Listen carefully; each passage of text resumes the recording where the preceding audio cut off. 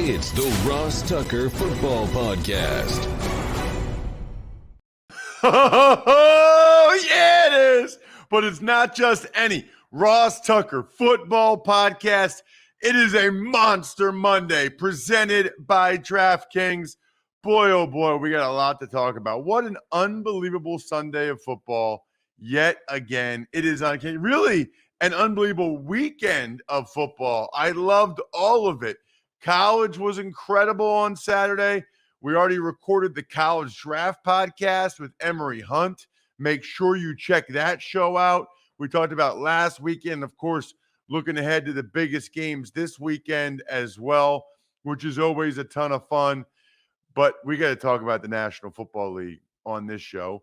Of course, it's a new week, which means we've got new winners. We love winners. We love people that want to help the show. And if you do that, we like to help you. I've already been able to give out a couple of the winners. I'm hopefully going to get to more this week. We'll have a spread the word winner via social media. I've got so many press passes at this point. It's not even funny. So many awesome ones. If you're an Eagles fan, these Eagles season pass, it's incredible. At Ross Tucker NFL or at Ross Tucker Pod, I'm especially looking for people that quote tweet either at Ross Tucker NFL or at Ross Tucker Pod. I still have 4 Maddens to give away. 4 down, 4 to go. Who wants one? Take advantage of any of the sponsors that you hear this week or that you see on the sponsors tab over at rosstucker.com, and you'll have a great chance to get one.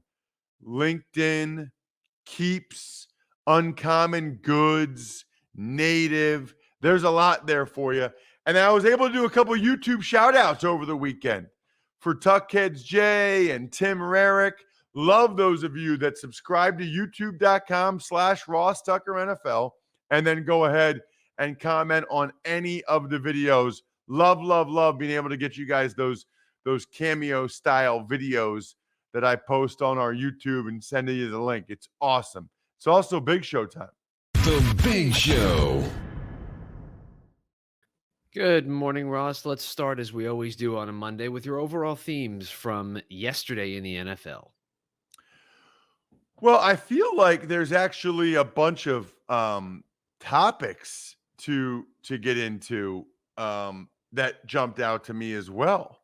I mean, just DeMaurice Smith is going to be back with the NFLPA, but this will be his last term. We've got the John Gruden controversy with these emails. One comment he made about DeMaurice Smith, another comment he made about Roger Goodell that got a lot of attention over the weekend. And then Russell Wilson. I mean, that was Thursday night, but Russell Wilson looks like he's out 6 to 8 weeks. Now they're saying maybe he can come back in 4 weeks. Let me tell you what Russell Wilson's not going to do. Rush back from that injury. Because my guess is the Seahawks will kind of already be out of it by the time he comes back. And so he's not going to rush back from that at all. So those are some of the kind of off the field things. On the field, man, I love the London game. I love everything about it. First of all, I love all of our listeners overseas, in particular those that are in the UK or in Europe and get a chance to go to these games. I love that you guys get to go to these games and experience American football. I obviously am very biased, but I believe it to be the best sport that's ever been created. And I just love that, the games are back over there again and that you guys get to check them out. And that was an entertaining game. It was very entertaining. We'll get to the Falcons and the Jets, but it was an entertaining game. Also, selfishly, I love it for selfish reasons. I mean, I'm able to see a game at 9:30 in the morning. I'm not a preview show guy. I don't have a lot of time or interest in the pregame studio shows. Not that there's anything wrong with them. I don't have a lot of interest in those pregame studio shows. So I love when there's a game on at 9:30 Eastern. And Bri, I was in Reno, Nevada after calling that game Saturday night. I did get to see, by the way, one of our Tuckheads, David Merlino, who lives in Reno. We were able to meet up and get a daddy soda. That was awesome. Merlino is the man. Nothing like seeing one of you guys in person, meeting one of you guys in person for the first time. So shout out to David. That was terrific. So anyway, it was a absolutely awesome to wake up at 6:30 because I had to do the Eagles pregame show, Bri, and there was a game on. There was a game on at 6:30 in the morning where I was in Reno. Unbelievable. So I love that. What I don't love, but it was a major theme. Two major themes that I don't love. Kicks and flags. What are we doing? What are we doing when there's that many missed kicks, especially extra points, and that many flags, especially in the Sunday night game?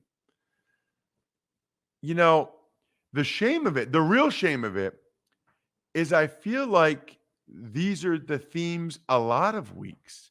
Now, yesterday was obviously unique when it comes to all of the missed extra points. And then how about 5 missed field goals in 8 minutes in the Bengals and Packers game? 5 missed field goals in 8 minutes. Never heard of that in my life. And then all the missed extra points. That was obviously one of the big themes yesterday. And then I would say the injuries. You know, I tweeted this, Bri, at Ross Tucker NFL. I don't know how you feel about it. You're at a game every week. But I feel like, what game were you at yesterday, Bri? Browns, Chargers. Oh, man, dude. That's my In the Zone, Auto Zone guy of the week. That was an epic, epic game. I'm looking forward to talking to you about that. Oh, speaking of epic, by the way, since I mentioned it earlier, I'm going to say it now. Nevada. Now, it wasn't press box food. So you have to understand there's a difference between press box food and crew meal food. So CBS will always have a meal 3 hours before the game for the crew. And then the universities or the NFL teams, they'll have press box food, right? So what I posted on social media, Twitter, Instagram, and Facebook at Ross Tucker NFL was the crew meal food that CBS supplied. It was really good. It was like your own private fajita bar. I mean, they had the soft tortillas, and then you could get the rice and beans that had some kick to them. You could go steak or chicken. They had cheese. They had like black beans and corn mixed in. I don't know if there's a name for that.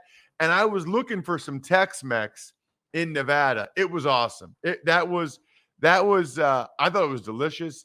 I'll give them, and they had lemonade there. I'm not a big lemonade guy, but like if the lemonade's there, like in a container and it's cold, I'm going to mix it up. I'm going to get nuts. I'm going to get crazy and get some lemonade. Although lemonade is usually too strong for my taste buds. So I'll go about half and half, like half water, half lemonade.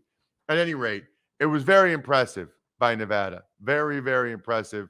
Thoroughly enjoyed it. And I'll give them an A-. I thought it was impressive. So the injuries are what bothered me yesterday, Brian. That's the last theme of the day. Seeing Daniel Jones sort of wobbly on his feet, seeing what happened to Max Williams' knee. The Saquon Barkley sprained ankle I don't like, but that doesn't bother me as much. Taysom Hill, you know, I think it's a natural thing, but these injuries bother me more as I get older. Like as I get older, I am more and more bothered by seeing some of these injuries. And I guess that's just natural, I suppose. I don't know. I know this, Bri. Flying to Nevada and back, thank goodness for my Raycon everyday earbuds. They look, feel, and sound better than ever. So on the flight out, I'm watching my high school team on YouTube, on my phone, and I've got my Raycon earbuds in. It was glorious. I could literally, they had like that phone stand. I could literally hear it crisply. They're playing Twin Valley. I'm on my computer prepping for my college game while I'm watching my high school team. And then yesterday, flying back, I was watching Red Zone all day long with the Raycon earbuds in my ear. And I even watched Sunday Night Football, the first half of Sunday Night Football before the weather delay. Absolutely awesome. 8 hours of playtime, 32-hour battery life. Raycon start at half the price of other premium auto brands. I could not, by the way, they have a 45-day happiness guarantee. I cannot say anything higher about Raycon earbuds. Like, I cannot recommend anything as well as I recommend Raycon earbuds. Awesome. Huge fan. Right now, you guys can get 15% off your Raycon order at buyraycon.com/Tucker. That's buyraycon.com/Tucker to save 15% on Raycons. Buyraycon.com/Tucker. Tuck's Takes. All right, let's get into all these games, and we will start across the pond as the Falcons beat the Jets 27-20. Kyle Pitts records his first career touchdown. Right. It was a great start for the Falcons. They got so much production from their tight ends and Cordero Patterson again. You're right, Bri, about Kyle Pitts. He had his career highs across the board, which almost makes you wonder about the Jets. Like, hey, Jets, who did you think that the Falcons are going to throw it to? Both their starting receivers, Russell Gage and Calvin Ridley, were out. Anyway, that's a huge win for Arthur Smith and the Falcons, because to overcome those injuries and still find a way to win a ball game, very impressive. Matt Ryan was on fire again. I think this is like his third game in a row that Matt Ryan has played extremely well. He always shows that he's worth the money that he's getting. The Jets had a valiant comeback, but it was a little too late in the game. It's weird. It's like Zach Wilson is better making the hard throws than he is making the easy throws. And when he has too much time to throw, it's like he gets in his head where he's better when he has to get rid of it quickly. He is an interesting one to watch. Tuck's Takes. Minnesota Vikings improved to 2-3, and they keep the Lions winless after a 19-17 win in Minneapolis. Right. Dalvin Cook was inactive for the Vikings, but Alexander Madison is a stud. He played well again, except for that costly fumble. The Vikings are just trying to run the clock out, and Alexander Madison fumbles. I mean, they ripped it out. Credit to the Lions for ripping that fumble out. The Lions kicked the field goal. Looks like they're going to win, but no. Again, the Lions let Kirk Cousins, credit to Kirk Cousins, he made a couple of pinpoint throws, and Greg Joseph making up for that missed kick against Arizona from like 35 yards out, crushes one from 55, 56. Wow. Lions fans, how many times can you have your hearts ripped out? I loved what Dan Campbell said after the game. I love that he got emotional. I love that he cared that much. Let me just say this, by the way. Real men get emotional because real men care that much and are that passionate about things, whether it's your family or, in this case, football. I always think it's funny when someone's like, oh, you can't show emotion like Dan Campbell. You can't cry. Be a man. People that say that have no idea what being a man is all about. Just like people that, if you saw my post on social media over the weekend of this horrible drill that some high school team was doing, and I said that the coach should be fired, people are like, that's how you toughen them up. You guys don't know the first thing about toughness. It's such a shame.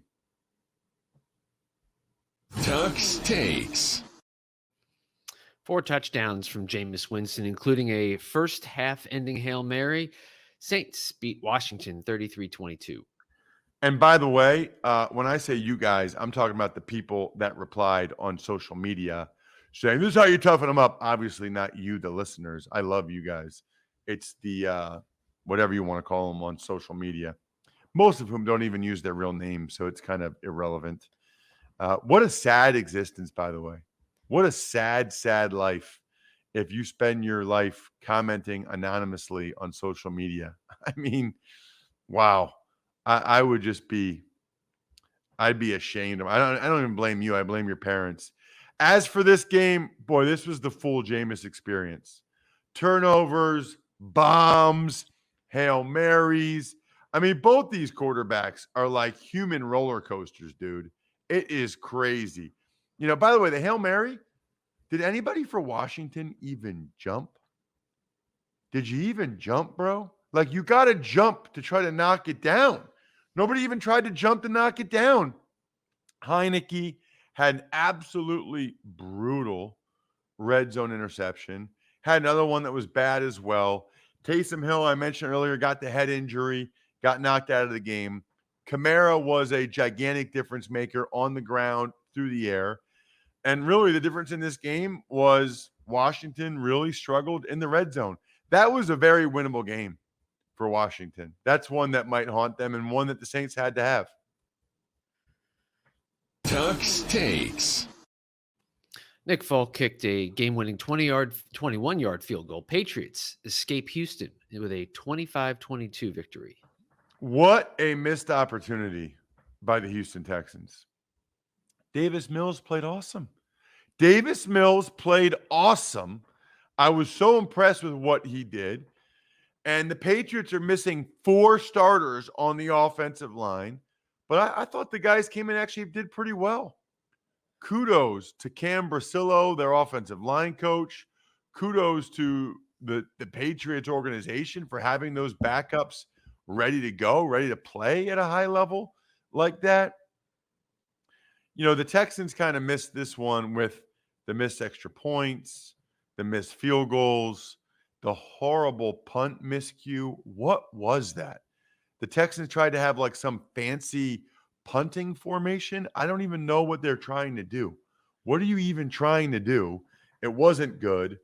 And as a result, it got kicked off the back of one of their own heads. I've never seen that before. Mac Jones, solid as usual. And Matthew Judon, what a signing that was. That guy, I love when guys that get big free agent money show that they're worth every penny. That's Judon. Tuck's Takes. The ageless Tom Brady throws another 5 touchdowns. Bucks win big at home against the Dolphins, 45-17. Right, and I will be seeing him, my former teammate, on Thursday night. I'll be calling the Bucks and the Eagles for Westwood One. Really looking forward to that. I'll actually do pregame for WIP Radio. Then I'll go up in the booth to do the Bucks and the Birds. So if you guys are driving around Thursday, listen to your boy on Sirius XM Channel 88 or a million different radio affiliates out there, or NFL Game Pass, or you can, of course, just even if you're not driving around, and listen while you watch the game on TV if you'd rather listen to me than the TV guys. Nothing wrong with that. Still no Gronk for the Bucks. Myles Gaskin had a nice day for the Dolphins, and Jacoby Brissett did some good things. I feel like Brissett's probably in the top half of backups. Like, you can win games with Brissett. You can stay competitive with Brissett. The problem is with the Dolphins defense right now. Dolphins defense is nowhere near what they were last year, as Tom Brady and Antonio Brown, among others, just lit them up. Tuck's Takes. We finished? Yeah. Oh, okay. Sorry about that. Next game, after 3 misses, Mason Crosby kicks a 49-yard field goal in overtime. Packers knock off the Bengals 25-22, and Joe Burrow hospitalized with a throat contusion. I guess I don't know anything, but my guess is, Bri, I would assume if you have a bruised throat, obviously you get hit in the throat somehow, they're worried about swelling and it becoming a breathing issue. That seem logical? Yeah. Because the game you did, JOK, Jeremiah Owusu-Koramoah, I don't know if you saw this, Bri, the linebacker for the Browns, he stayed in L.A. overnight because he got a bruised throat too. I've never even heard of a bruised throat. We had 2 guys in the same day, that got these bruised throats that I guess can be concerning. This Packers game, I mean, Packers and Bengals fans must have died and come back like 5 times in this game. By the way, Jair Alexander on IR for the Packers. Still no Elton Jenkins. I mean, the Packers was Darius Smith, Alexander, Elton Jenkins. That Bakhtiari. That's like 4 of their top 8 players. So to get a win on the road over a 3-1 team like this, really impressive. Major kicking issues for both teams, especially Mason Crosby, who was horrible in this game and yet still got yet another opportunity to make the game winner late, and he did. Good for him. Devontae Adams, utterly ridiculous. Joe Burrow comes back from a brutal hit. I don't know. I mean, he was like 4 yards short of the line to gain, 5 yards. He can't be taking shots like that. That's on him. Comes back to play, but then ends up in the hospital like we just discussed. Jamar Chase, what a stud this dude is. I mean, I think watching that game yesterday, it was like we were watching Devontae Adams and the next Devontae Adams, and his name is Jamar Chase. So impressive, almost as impressive as people that take care of the vehicles that take care of them. How about your interior? Your interior is more than just cosmetic. It ranges from installing a set of floor mats, replacing mirrors, or even tackling a heating system repair. Simple upgrades like seat covers prevent spills, tears, rips, and UV rays from ruining your upholstery and can help maintain your resale value. Why not? This fall car care month, make AutoZone your one-stop car interior shop. They carry the best products from the best brands at the right price, which is critical. Get in the zone, AutoZone. Tuck's Takes. Pittsburgh Steelers snapped a 3-game losing streak by beating the Denver Broncos 27-19. So Ben threw a bomb to Deontay Johnson. By the way, let me just say, Roethlisberger has plenty of arm strength. Absolutely plenty of arm strength. That is not the issue for him at all. Not at all. The Broncos got bogged down in the red zone a couple times early. I thought there were some really tough penalties against the Broncos. Awful pass interference call on Fuller led to a touchdown.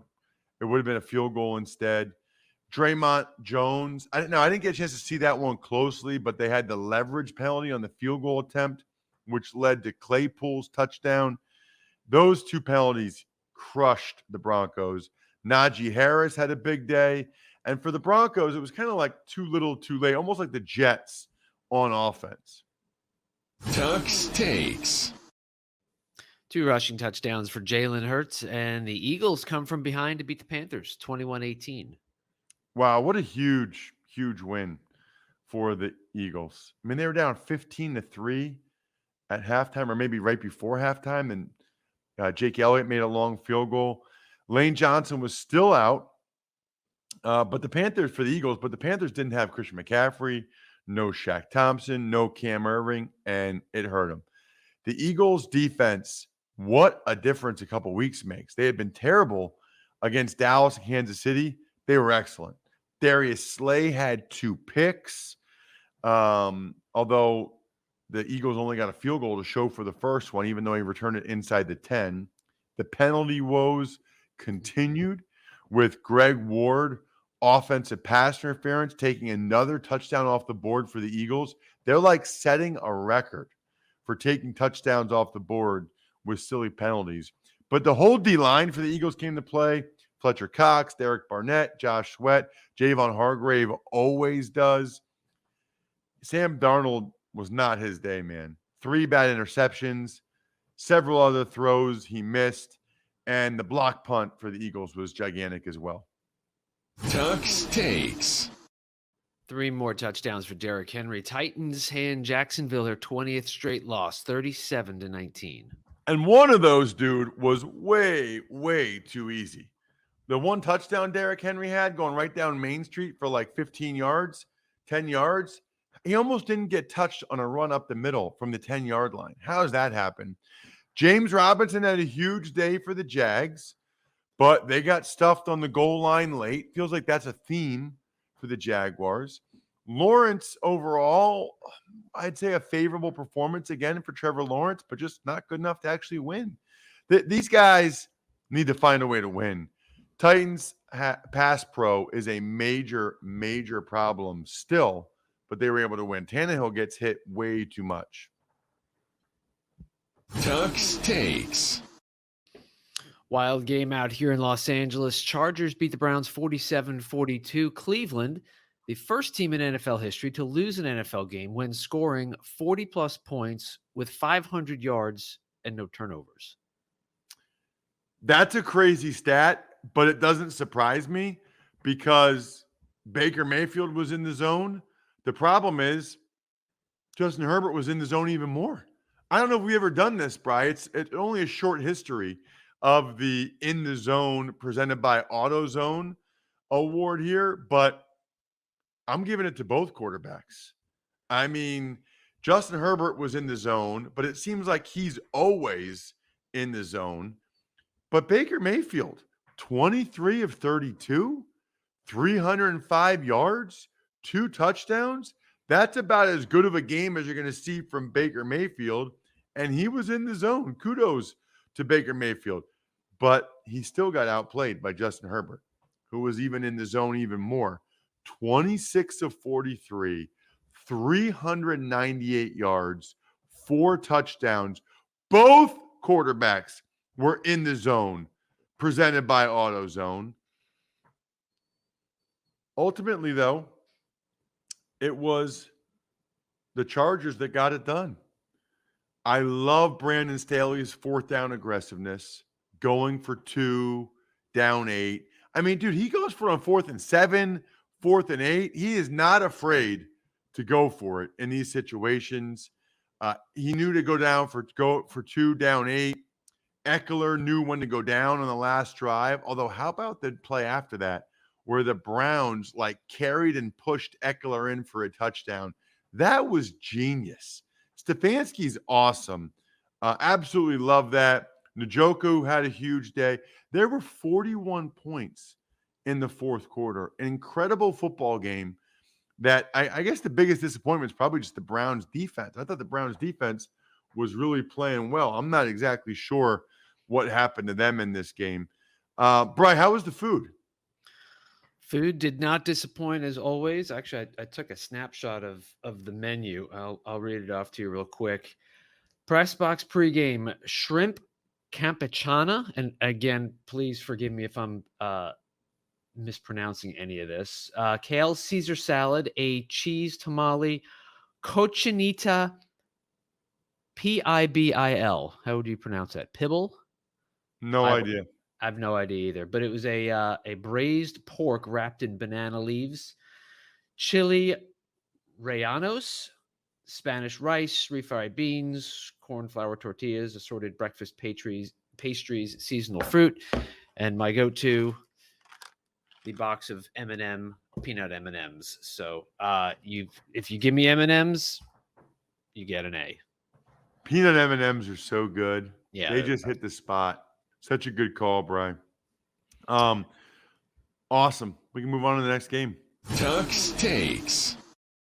And that next game is the Bears and Raiders, where the Bears defense showed up in Las Vegas. Bears beat the Raiders 20-9. Justin Fields threw his first career touchdown pass.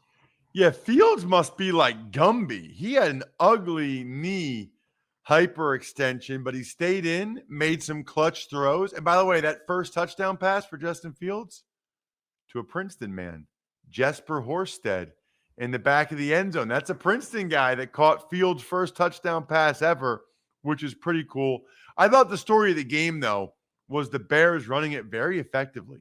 Even without David Montgomery, Damian Williams, Khalil Herbert, the rookie, they ran it well. The defense, including Khalil Mack, was obviously awesome. Mack playing back against the Raiders. Return of the Mack. Raiders got a slow start, always, and clearly the worst game this season so far for Derek Carr. Tuck's Takes. Arizona Cardinals remain unbeaten. They improved to 5-0 for the first time since 1974 after beating the 49ers 17-10. Unbelievable. Trey Lance starts, and I thought ultimately showed he's not really ready. I mean, he ran it pretty well, made a couple of good throws, but there were a lot of growing pains for Trey Lance, and I think we realized why he hasn't been starting to this point. George Kittle went on IR for the Niners. That didn't help either. The Niners defense did a terrific job slowing down Kyler Murray and company. That's one that really has to frustrate Kyle Shanahan, because the defense holds the Cardinals to 17 points and you still lose. That's a tough one. That's on Kyle. Tuck's Takes. The injury-plagued New York Giants fall to the Cowboys 44-20. Yeah, I mean, it was just too much for them to overcome. Although they weren't really on the defensive side of the ball, and the defense couldn't stop the Cowboys anyway, so maybe it didn't really matter. But Saquon Barkley hurt his ankle. Terrible luck. It was like away from the play. The Daniel Jones concussion on the goal line was scary, and it would really bother me if I saw my child get up and be wobbly like that. Maybe that's why injuries bother me more now, because I have kids and I think about it from that lens, from that spectrum. Kadarius perspective, whatever. Kadarius Toney is an absolute stud. That guy is a freak show. He looks like a human joystick. He looks like the old returner for the Chiefs back in the day, whose name is escaping me right now. Gosh, Dante Hall? Anyway, but then Kadarius Toney gets thrown out for throwing a punch. Trayvon Diggs, yet another interception. The Cowboys' offense is unstoppable right now, including Zeke. Tuck's Takes. And finally, Sunday Night Football, a rematch of the AFC Championship game. After that hour-long weather delay, the Bills defeat the Chiefs 38-20. Taron Johnson got an extension before the game for the Bills, one of several very good defenders they have. No Chris Jones for the Chiefs in this game, which obviously hurt them. I thought a couple things. Number one, so many flags. I mean, come on, guys. Who wants this? Who's asking for this? Please stop. Please stop. There was a hold on Mitch Morse, terrible. There was a roughing the passer on Frank Clark, terrible. What are we doing? Josh Allen, by the way, is a total freak show. I mean, running, he's hurdling dudes at 240. Some of the throws he made, hitting bombs, he is just crazy impressive. Crazy talented and impressive. Tyreek Hill really hurt the Chiefs. Mahomes threw a few picks, but one went through Tyreek Hill's hands. Another time, it was just a great play by Rousseau, but the drop killed the Chiefs on their first drive. Tyreek Hill really cost them. I mean, there's no way around it. The Bills acted like it was just another game. They would not have run Josh Allen that much if they thought it was just another game. Very, very impressive performance by the Buffalo Bills. Very, very fun show. Make sure you check out the college draft. We've already posted it today. Shout-outs are in order always to Pizza Boy Brewing, Sporticulture, Vision Comics with an X, HumanHeadNYC.com, and SteakhouseSports.com. I think we're done here. Thanks for listening to the Ross Tucker Football Podcast. Make sure to also subscribe to the Fantasy Feast, Even Money, Business of Sports, and College Draft. All available at Apple Podcasts, RossTucker.com, or wherever podcasts can be found. A lot of times on the show, I mentioned DraftKings. Here's what you need to know. You got to be 21 or older, New Jersey, Indiana, or Pennsylvania only. New customers only. Restrictions apply. See DraftKings.com/sportsbook for details. Gambling problem, call 1-800-GAMBLER, or in Indiana, 1-800-9-WITH-IT. By the way, if what I was talking about included a deposit bonus, doesn't always, sometimes it does. Deposit bonus requires 25 times playthrough, and deposit bonuses are paid out in site credit.